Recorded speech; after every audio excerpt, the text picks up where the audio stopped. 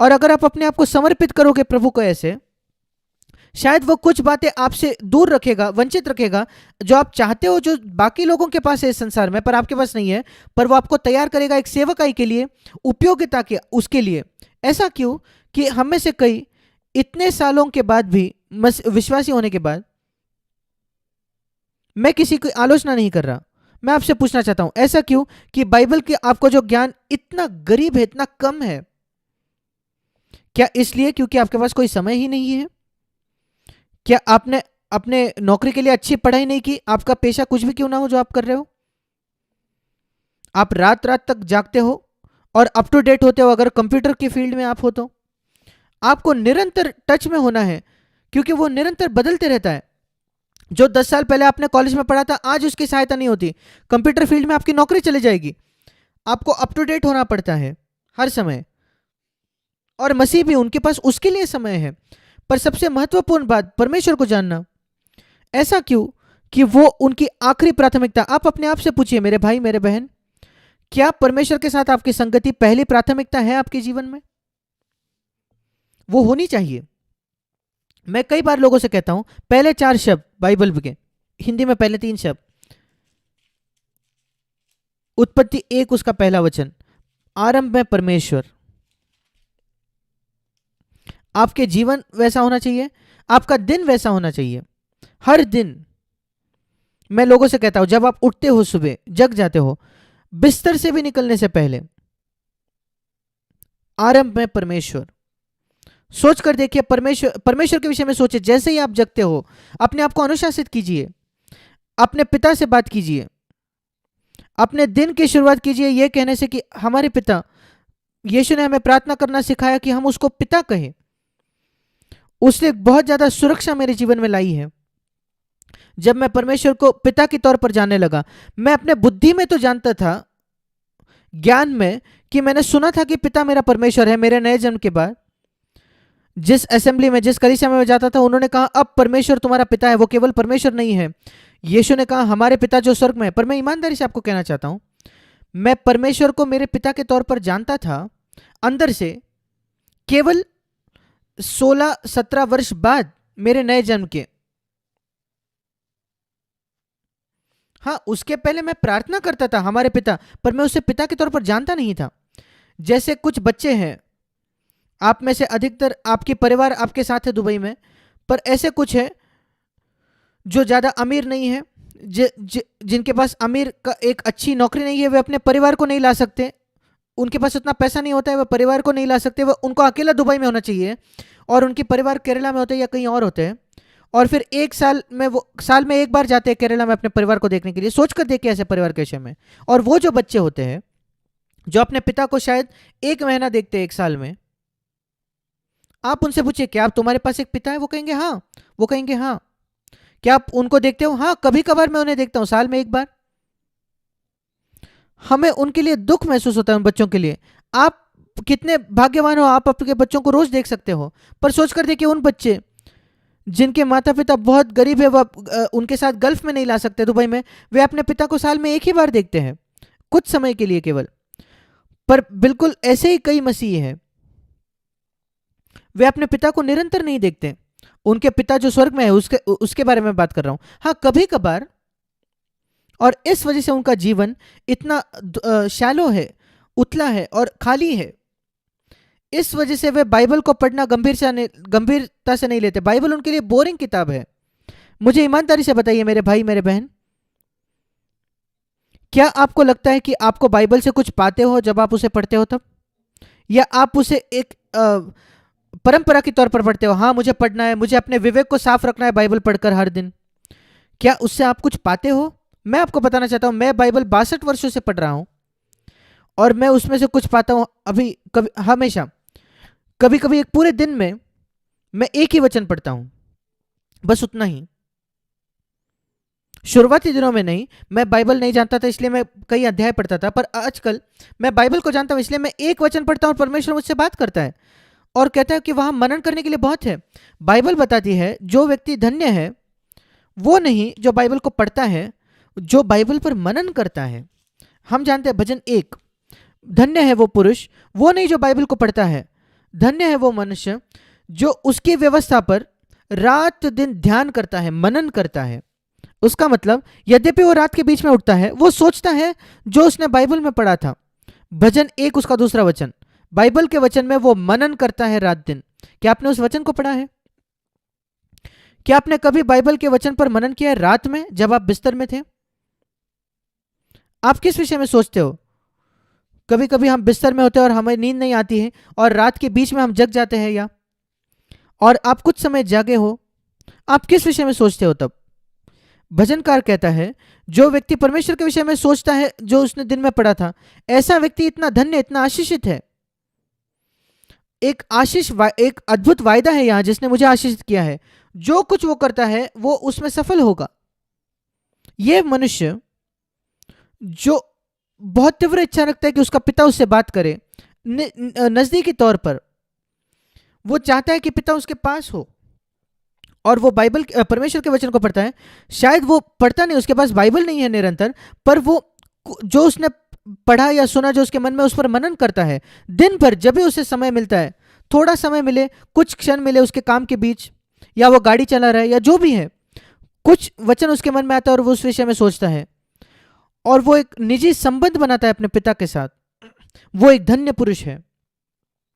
और यहां लिखा है जो कुछ वो करे वो सफल होता है, जो कुछ वो छूता है वहां एक आशीष होगी। ये क्या ही तरीका है जीने का। मैंने इसे पढ़ा, मैं कह रहा हूं प्रभु मैं ये जीवन चाहता हूं, मैं ऐसे जीना चाहता हूं। ये जीवन मैं चाहता हूं कि मेरा जीवन आशीषित होगा हर दिन,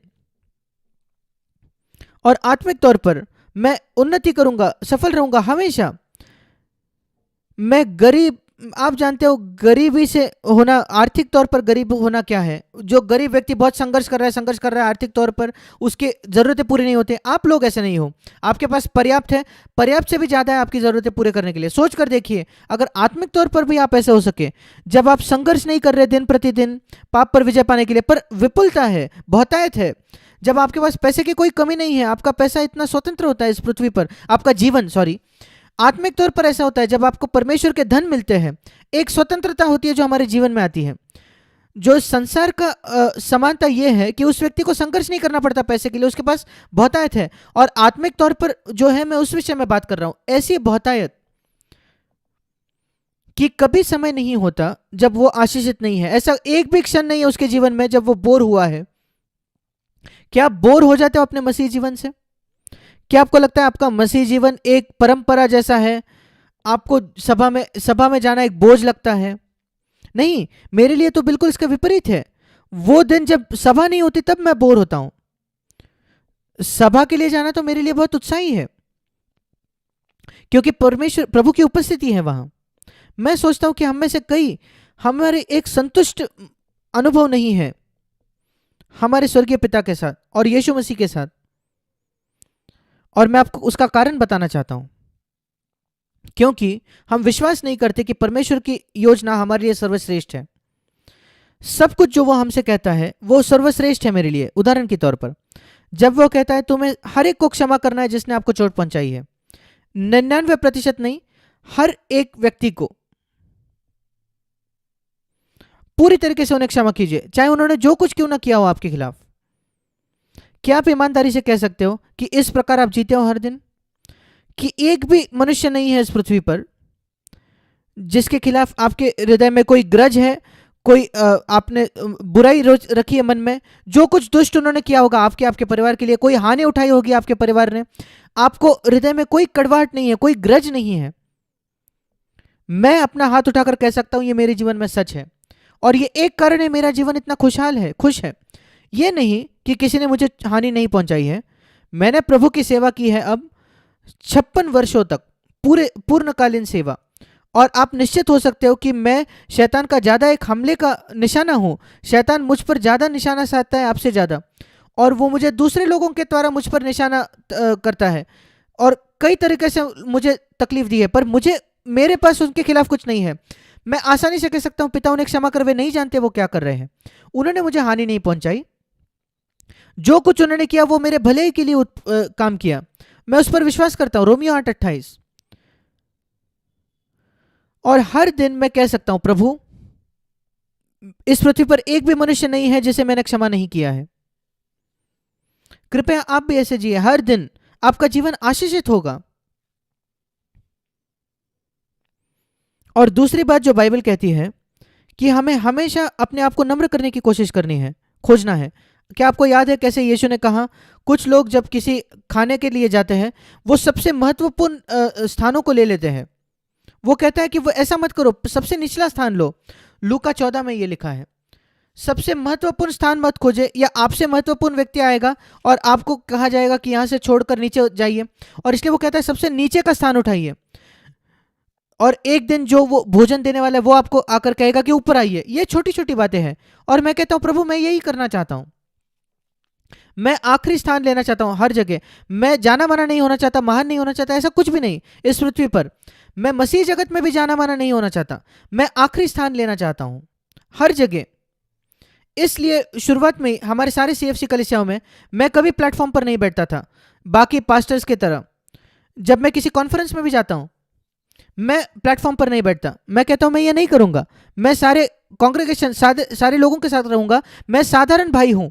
मुझे याद है शुरुआती जीवन दिनों में मैं तमिलनाडु जाता था और मैं ज़मीन पर बैठता था दूसरों के साथ, कांग्रेगेशन के साथ, और जब वे मुझे नाम पुकारते थे मैं आगे जाकर प्रचार करके वापस आकर बैठता था।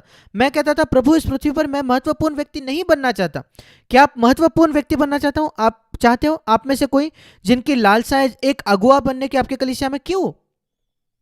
लोगों की सहायता करने के लिए, उनकी सेवा करने के लिए, या जानने, ताकि आप जाने जाओ कि आप एक महत्वपूर्ण अगुए हो? कई कारण है क्यों लोग अगुए बनना चाहते हैं। एक तो यह है कि आप जरूरतमंदों की सेवा करना चाहते हैं, और दूसरे कि आप जाने चाहते हो कि एक महत्वपूर्ण व्यक्ति आप हो। मैं आशा करता हूं कि आप सेवा करना चाहते हो लोगों की। अगर हम विश्वास करते हैं कि परमेश्वर की योजना हमारे जीवन के लिए सर्वश्रेष्ठ है, और जब वो कहता है अपने आप को नम्र करो, अपने आप को नम्र करो, ऐसे शब्द आप पुराने नियम में नहीं पाते।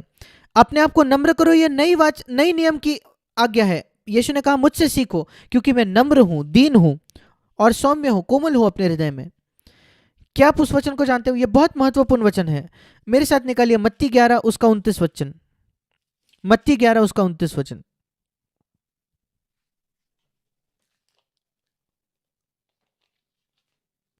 उस वचन के बीच में मुझसे सीखो। ऐसी कई बातें हैं जो मसीहों को सीखने की आवश्यकता है। कैसे प्रचार करते हैं, मसीह खोजते हैं जिससे सीखने के लिए। कैसे प्रचार करते हैं? लोग 3 साल बाइबल स्कूल जाते हैं प्रचार कैसे करें सीखने के लिए, हिब्रू सीखने के लिए, इब्रानी भाषा, यूनानी सीखने के लिए, बहुत सारी बेकार बातें। पर एक चीज जो प्रभु ने, यीशु ने कहा सीखने के लिए लोगों को, वो नहीं सीखते। यीशु ने कभी हमसे नहीं कहा कि हम बाइबल उससे सीखे। मुझसे नम्रता और कोमल होना सीखे, अपना जीवन बिताए यीशु से नम्रता, परमेश्वर के सामने सीखना, और मन में दीनता या कोमलता अपने पत्नी से पेश आने में, अपने पति से। हम कोमल नहीं होते जब हम अपने पति पत्नी से बात करते हैं। मैं बहुत दुख से ये कहना चाहता हूँ, जो मनुष्य हैं वो कोमल नहीं होते, वो बहुत कठोर होते हैं अपने बातचीत में, रवैये में। ऐसा क्यों? इतने साल बाद भी हम कठोर हैं। मैं आपको बताता हूँ क्यों। क्योंकि आपने कभी मत्ती 11:29 को गंभीरता से नहीं लिया। हम बैठकर गीत गा सकते हैं, सुंदर सुंदर गाने, और अपने गाने को हम सुधार सकते हैं, पर यह सब व्यर्थ है अगर हम नम्रता और कोमलता नहीं सीखे तो। हिंदी में नहीं लिखा, इंग्लिश में कोमलता लिखा है। मैं आपको उस कक्षा में डालना चाहता हूं आज से कि आप कहे प्रभु मैं ये 2 बातें किसी भी चीज से ज्यादा सीखना चाहता हूं जो आपने कहा, मुझसे कोमलता और नम्रता सीखो हृदय में मुझसे, और मैं वो करना चाहता हूं प्रभु आज से। क्योंकि हमने यिर्मयाह 29 में क्या पढ़ा कि मेरे तेरी ये योजनाएं हैं, तेरे भलाई के योजना के लिए, तेरे अच्छाई के लिए योजनाएं।